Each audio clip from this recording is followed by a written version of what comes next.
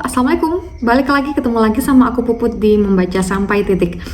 Well, aku lagi semangat banget bikin video karena kemarin kebetulan aku juga baru selesai baca buku dan sekalian aja aku bikin videonya. Kebetulan juga, nggak kebetulan juga sih. Jadi ini buku yang bakal aku review adalah buku yang udah lama aku tunggu-tunggu. Kalian sempat nonton gak sih buku yang aku review dengan video paling nggak jelas? Jadi bukan bukunya yang nggak jelas, tapi aku bikin videonya yang nggak jelas. Bukunya itu adalah buku karya dari Ardi Muhammad. Judulnya adalah What's Wrong About Your Life. Nah sekarang nih dia udah nyelesain buku keduanya, judulnya hampir mirip. Jadi judul bukunya adalah What's Wrong About Your Self Healing. Sebelumnya nih ya, sedikit cerita aja tentang gimana aku dapetin buku ini. Nah, buku ini tuh baru terbit dari penerbitnya langsung PO. Ini dia bukunya, ini sekitar tanggal 30 Oktober dan masih via PO dari penerbitnya langsung. Nah, si penulis ini, si Kak Ardi ini, ya aku nyebutnya Kak Ardi karena kita udah kenal di Instagram kita. Aku aja yang kenal, dia mah enggak ya. Aku mah apa ya? Apalah aku yang hanya penikmat bukunya. Jadi Kak Ardi ini udah lama gitu bikin promosi terkait bukunya di Instagram dia. Nah ada sekitar sebulan sebelumnya kayaknya. Jadi aku tertarik sama bukunya dan happy banget waktu dia bilang ada buku keduanya. Cuma masalahnya adalah buku To Be Read aku, buku TBR aku itu udah banyak banget, masih banyak banget. Jadi banyak buku yang belum aku baca dan masih kesampul sama plastiknya. Jadi gara-gara belum sempat aku baca, jadi masih kesampul sama plastiknya. Dan aku udah komit, aku nggak bakalan beli buku lagi sebelum aku nyelesain buku-buku yang belum aku baca. Nah, masalahnya ketambahan lagi yang bikin mager adalah ini PO-nya di marketplace yang warna hijau, sementara aku udah biasa beli di marketplace yang warna orange. Kayak PR banget kan ya, kayak butuh segala daya dan upaya untuk PO doang gitu, kayak menemuin handphone aku doang buat download aplikasinya, buat PO satu buku doang kan, jadi kayak males banget. Nah, tapi masalahnya lagi di PO itu kita bisa request tulisan apa yang kita mau buat penulis tulisin di buku kita. Plus kita juga bisa dapat tanda tangan dari penulisnya. Nah, mulailah deh aku galau. Beli nanti apa beli sekarang? Kalau aku beli nanti, aku nggak bakal bisa minta request tulisan dan aku juga nggak bisa dapat tanda tangannya. Jadi galau deh. Tapi nanti kalau aku beli sekarang, jadi aku kepikiran tentang buku TBR aku yang makin numpuk kan. Jadi kayak males banget gak sih, banyak buku tapi banyak juga yang belum aku sempet baca. Nah, tapi setelah galau-galau itu akhirnya disinilah bukunya. Bukunya ada di tangan aku dan ternyata akhirnya aku memutuskan untuk membeli bukunya ikut PO. Dan kalian mau tahu gak sih tulisan apa yang aku minta buat Kak Adi tulisin di buku aku? Kalian mau tahu gak sih? Kayaknya dia udah lupa deh, kayaknya udah sempet nulis buku ini. Banyak kan PO-nya. Jadi kalian mau tahu gak sih? Jadi ini dia. Kebaca nggak? Jadi aku minta buat ditulisin Membaca Sampai Titik semangat bikin review bukunya. Sebenarnya aku waktu minta tulisan ini tuh ada emot lope-lopenya tuh gak sih? Jadi kayak semangat bikin review bukunya, terus ada emot lope gitu, lope-lope. Kayak nggak penting banget. Tapi harusnya ada loh. Tapi ya udahlah ya. Plus ini juga tanda tangannya. Oke, thank you Kak Ardi. Thank you for nothing. Oke, kita mulai aja review bukunya. Judulnya adalah What's Wrong About Your Self Healing. Jadi ini cover depan bukunya warnanya hitam. Dan di bagian covernya ada banyak tulisan warna putih. Dan katanya ini adalah isi dari buku ini. Tulisan putih ini adalah isi dari buku ini. Sama seperti di bagian belakangnya ditulis about this book. Coba lihat lagi cover depannya, lihat tulisan-tulisan warna putih itu. Semua itu akan kita bahas di buku ini. Ini dia. Ada tulisan-tulisan di sini putih. Ini akan dibahas di buku ini. Kemudian penulisnya adalah, berapa kali udah aku sebutin di awal tadi, namanya adalah Ardi Muhammad dan penerbitnya adalah Alfi Ardi Publishing. Kemudian cetakan pertamanya bulan Oktober kemarin, tahun 2021. Kemudian kita buka bukunya. Di sini aku dapetin surat dari Kak Ardi. Warnanya hitam. Ini dia lembar suratnya yang dia cantumin juga di sini. Yang intinya adalah dia ragu buat nulis buku Dia ragu buat nulis buku keduanya, tapi alhamdulillahnya sekarang ada buku keduanya. Kemudian next aku buka lembar berikutnya. Di sini juga ditulis, dia nyantumin tentang dia kasih tahu kalau ini buku asli bukan buku bajakan. Ini buku asli bukan buku bajakan. Kalau buku bajakan itu yang pertama kelihatan hasil fotokopi, iya banget sih. Yang emang jelas banget kalau buku bajakan itu hasil fotokopi. Yang kedua, nggak berwarna. Kalau nggak berwarna sih emang agak susah ngebedainnya ya, karena kadang emang ada buku yang emang nggak berwarna, jadi emang aslinya hitam putih gitu. Jadi kalau emang nggak berwarna emang agak susah ngebedainnya. Yang ketiga, harganya nggak masuk akal. Iya banget sih, emang nggak masuk akal. Aku dulu sempet kecolongan beli. Jadi pernah tahu banget buku bajakan kayak apa. Jadi aku pikir itu lagi ada promo, makanya murah banget. Aku pikir ada promo atau cuci gudang atau sejenisnya gitu loh. Jadi aku beli, udah kadung happy banget, jadi aku beli. Tapi ternyata setelah aku paham buku bajakan kayak apa, jadi ya aku yakin itu adalah buku bajakan karena udah ya sesuai dengan ciri-ciri ini.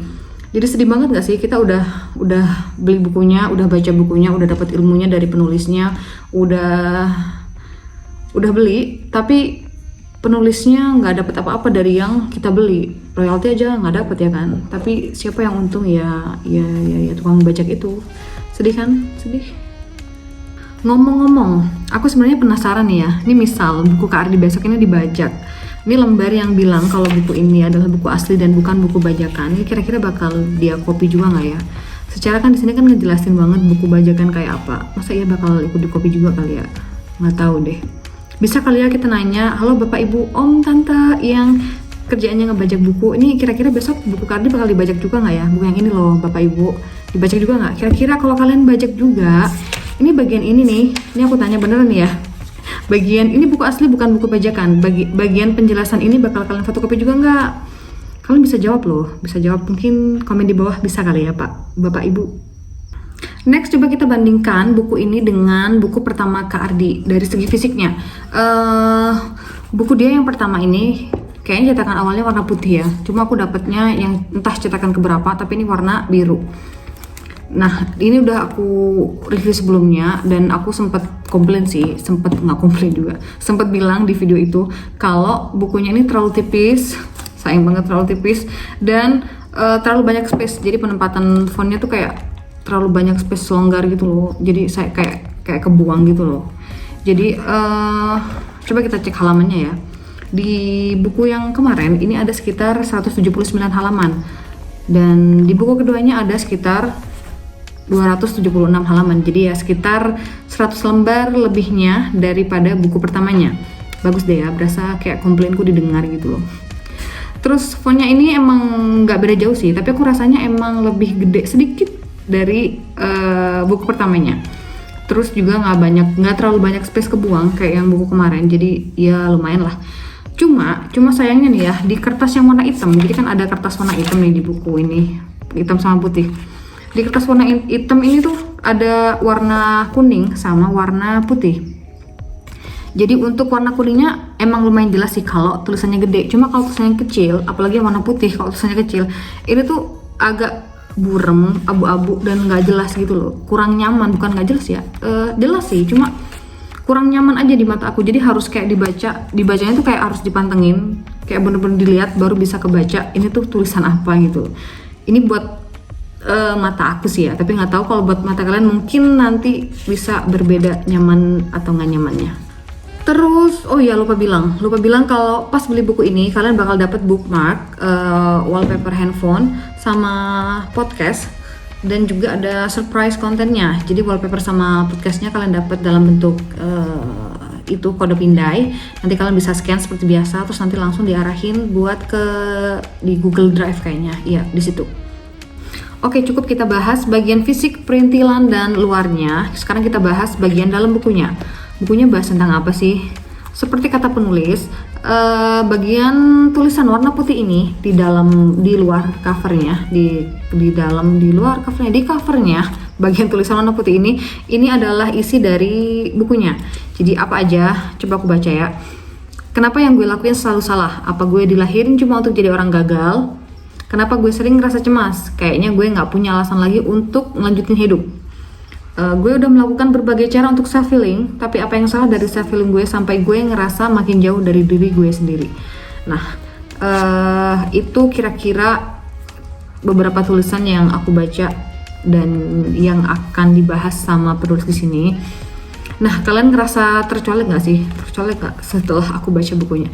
Kalau iya, mungkin kalian butuh buku ini. Jadi honestly, sebenarnya aku takut banget review buku ini. Jadi takut malah kebanyakan spoiler gitu loh. Jadi apalagi bukunya kan kayak baru beberapa hitungan hari, beberapa hitungan minggu baru terbit gitu kan. Jadi malah takut salah-salah karena aku baca bukunya udah kayak berasa baca intinya doang, kayak udah berasa baca dagingnya doang. Jadi aku nggak bisa banyak ngejabarin semua bab di sini ya guys. Jadi nggak semuanya aku bakal bahas.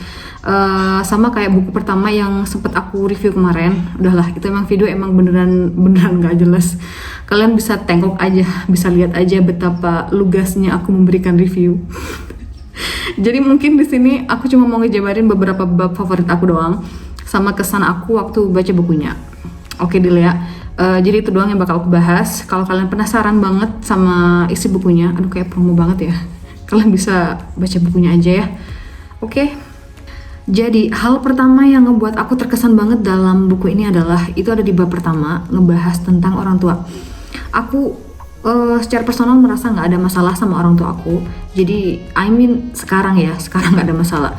Tapi ketika aku sudah beranjak dewasa, aku udah dewasa belum ya? Ya nggak tau lah.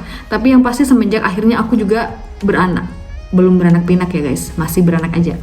Jadi bohong banget kalau aku bilang aku dulu nggak pernah, ketika aku remaja, aku dulu nggak pernah ngebangkang. Kemudian aku selalu manut, selalu bersikap baik, dan orang tua aku adalah orang tua yang sempurna. Nggak gitu guys.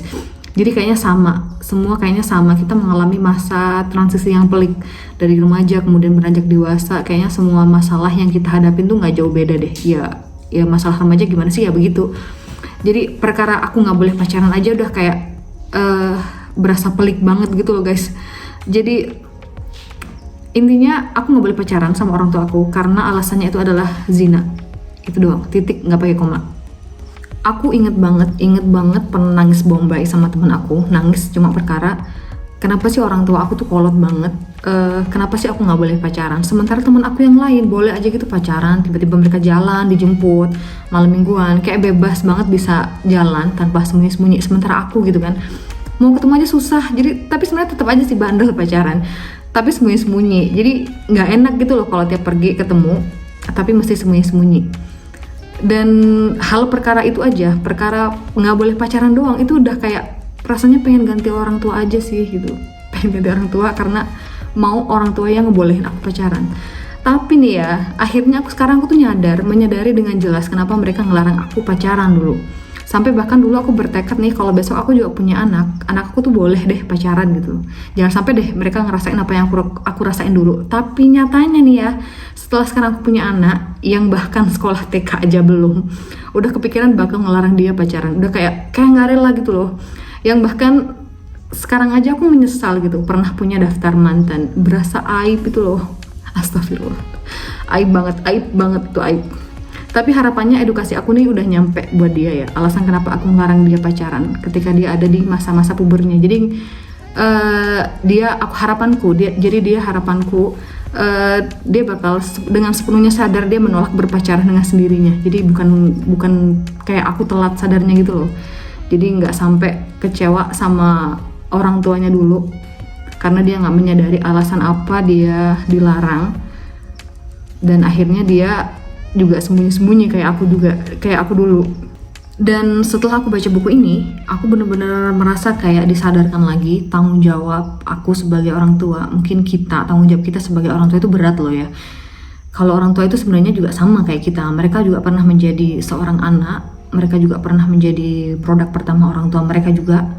Ya sama kayak kita, mereka juga nggak pernah nyoba-nyoba jadi orang tua. Ya udah jadi orang tua ya sekali aja seumur hidup gitu kan, langsung aja jadi orang tua. Kita juga produk pertama orang tua kita, mereka juga belajar menjadi orang tua. Tapi kalau kata Kak Ardi nih, orang tua kita tuh mereka sebenarnya selalu menginginkan yang terbaik buat kita, tapi mungkin cara penyampaiannya aja yang nggak bisa kita terima. yang nggak sesuai sama ekspektasi kita sebagai anak. Tapi percaya deh, sebenarnya tuh bener loh, maunya orang tua tuh bener, maunya yang terbaik buat kita. Mungkin sekarang kalian bisa pahamnya sampai logika doang nih, pahamnya sampai otak doang nih kalau mereka sebenarnya mau yang terbaik buat kita. Tapi percaya deh ya, nanti nih setelah aku mengalaminya nih kayak aku, kalau kalian juga akhirnya punya anak, kalian akan paham bahasa itu, paham kalau orang tua itu bakal melakukan yang terbaik buat anaknya itu sampai ke tulang. Jadi pahamnya sampai ke tulang, nggak nyampe logika doang, nggak nyampe otak doang, sampai tulang, to the bone, BONE, yakin deh. Jadi buat kalian yang sampai saat ini masih menyalahkan orang tua kalian atas apa yang menimpa kalian saat ini, jadi mungkin kalian ngerasa sekarang ada trauma, kemudian kalian ada masalah sama orang tua kalian, jadi coba direnungin lagi, diterima, diikhlaskan, dicoba untuk berubah. Karena lagi-lagi kita diingatkan lagi sama Kak Ardin nih, karena sejatinya kata Kak Ardin ya, seburuk-buruknya orang tua kita, sejelek-jeleknya orang tua kita, tapi tetap kita tuh punya kewajiban, wajib berbakti sama mereka, wajib. Next, jadi di sini Kak Ardi juga ngebahas tentang insecurity yang aku baru tahu bahwa ternyata insecurity pada tempat yang tepat itu sangat diperlukan. Jadi sebelumnya aku kira semua rasa insecure itu nggak baik loh, tapi ternyata ada juga insecure yang baik. Insecure yang baik seperti apa? Aku nggak bisa ngejelasinnya, aku takut kebanyakan spoiler. Jadi kalau kalian pengen tahu, kalian bisa aja baca bukunya, oke? Kemudian yang aku juga sempat kaget ya, kemarin sebelum aku bikin video ini, aku juga sempat baca dan bikin video buku yang judulnya Mindset. Jadi aku udah nge-review buku judulnya Mindset. Kalian bisa cek deh video aku sebelumnya, dan ternyata pas baca buku ini, buku What's Wrong About Your Self Healing, penulis menyinggung buku Mindset yang baru selesai aku baca. Nah, aku kayak happy banget gitu loh. Berasa punya buku samaan sama kayak Ardi, dan baca buku yang sama, meyakini hal yang sama, itu berasa berada di jalan yang benar gitu loh. Lebay banget gak sih? Jadi ya begitu. Nah, disitu dia juga bahas tentang mindset tumbuh dan juga mindset tetap di buku ini. Nah, lucunya lagi, dia bikin perumpamaan bawa-bawa nama Kak Alfi. Kalau kalian follow Instagram dia dan juga follow Instagramnya Kak Alfi, kalian pasti udah paham banget gimana kelakuan mereka berdua. Oke, jadi kurang lebihnya begitu isi yang ada dalam buku ini. Jadi dampaknya setelah aku baca buku ini, honestly, jujur aku masih inget banget gimana rasanya hebohnya aku pas baca buku pertamanya, dan rasa sulitnya aku nuangin dalam bentuk video, sampai bikin video nggak jelas. Tapi setelah baca buku ini, aku nggak tahu kenapa handbringnya kayak beda gitu loh. Mungkin karena yang pertama itu menurut aku lebih banyak relate-nya buat aku. Jadi kayak kebayang-bayang banget gimana setelah aku baca buku itu. Jadi berasa kayak beneran nohok gitu loh buat aku. Tapi aku kira yang pasti ini bakal beda efeknya bagi setiap orang. Karena setiap orang kan pasti punya masalah yang beda juga kan. Punya masalah hidup yang berbeda. Jadi kalau kalian mungkin butuh self healing, buku ini adalah sasaran yang empuk buat dibaca. Dan setelah aku baca buku ini tuh menyadarkan aku tentang banyak hal yang belum aku syukurin. Jadi tentang menerima dan berdamai dengan keadaan. Kerennya lagi nih ya, Kak Ardi juga nyantumin beberapa ayat dalam Al-Quran. Jadi setelah dia ngasih tulisan, jadi dia juga ngutip beberapa ayat dalam Al-Quran. Jadi aku berasa makin kayak tertampar sama kalimatnya. Jadi ada bagian yang bikin aku terharu dan sempet netesin air mata. Lebay banget gak sih? Tapi emang begitu. Jadi coba aku kutip ya, ini kata Kak Ardi. Dia bilang, kita bisa menahan rasa sakit yang luar biasa kalau kita percaya ada tujuan di balik itu. Kita bisa menahan rasa sakit jika rasa sakit kita bermakna. Jadi dia andaikan nih, ibarat kata nih, kita diminta buat menahan cambukan ratusan kali, tapi nanti di ending kita bakal duit 5M. Aku yakin kalian pasti bisa mau dan bisa nahan sakit demi duit 5M, ya kan? Iya, kasarannya begitu nih. Jadi kita bisa nahan sakit jika rasa sakit itu bermakna. Masalahnya kita jarang ngerasa kalau rasa sakit kita itu bermakna gitu loh. Bener banget kan? Bener banget, aku bahkan lupa kalau sakit, sedih kita tuh emang bermakna gitu loh. Selalu ada hikmah, bakal ada hikmah di setiap sedih kita. Kemudian di bawahnya juga dia nyantumin kutipan surat nih, surat Az-Zumar ayat 10. Sesungguhnya hanya orang-orang yang bersabarlah yang dicukupkan pahala mereka tanpa batas. Jadi, dan di sini tuh aku baru sadar, bukan baru tahu, tapi baru sadar, benar-benar baru masuk ke dalam otak, baru masuk ke dalam otak bahwa semua yang terjadi di hidup aku, gak ada yang terjadi tanpa izin Allah gitu kan. Bahkan katanya kan gak ada daun yang jatuh tanpa izin Allah ya kan. Dan aku udah tahu itu atas izin Allah, tapi aku masih nggak bersabar gitu loh, nggak mau bersabar, masih kadang bersedihnya berlebihan. Padahal setelah itu Allah janjiin bakal ada pahala yang tanpa batas bagi orang-orang yang bersabar gitu kan. Ya nggak sadar aja dulu kalau sebenarnya udah dijanjiin Allah begitu ya kan. Jadi apa yang harus aku lakuin? Aku cuma cukup harus yakin kalau akan ada hikmah di balik kejadian itu. Ya udah sesimpel itu aja buat aku bisa move on dari sedihnya. Begitu doang sebenarnya. Dan apalagi yang mau dibahas, kayaknya udah nggak ada. Aku bener-bener takut kebanyakan spoiler. Jadi kayaknya aku udah cukup aku bikin video ini. Kayaknya ini bukan review buku ya. Ini lebih ke promoin juga bukan ya. Promoin tapi kebanyakan komplain. Mungkin lebih ke gibah nih. Nanti aku ganti judul bukunya jadi gibah What's Wrong About Your Self Healing. Jadi gibah buku ya. Gibah buku What's Wrong About Your Self Healing. Mungkin bisa lebih tepat judulnya begitu. Jadi rasanya udah aku sampein semua yang perlu aku sampein. Buat Kak Ardi, makasih banyak udah nulis bukunya. Jangan berhenti di sini. Aku tunggu lagi buku-buku selanjutnya. Thank you for nothing. Dan aku juga nunggu hasil karya-karya berikutnya dari Alfi Ardi Publishing. Jadi buat kalian yang nonton, makasih banyak udah nonton. Jangan lupa baca buku. Jangan salah beli buku bajakan, apalagi sengaja beli buku bajakan. Oke? Sampai ketemu di video-video aku berikutnya. Assalamualaikum.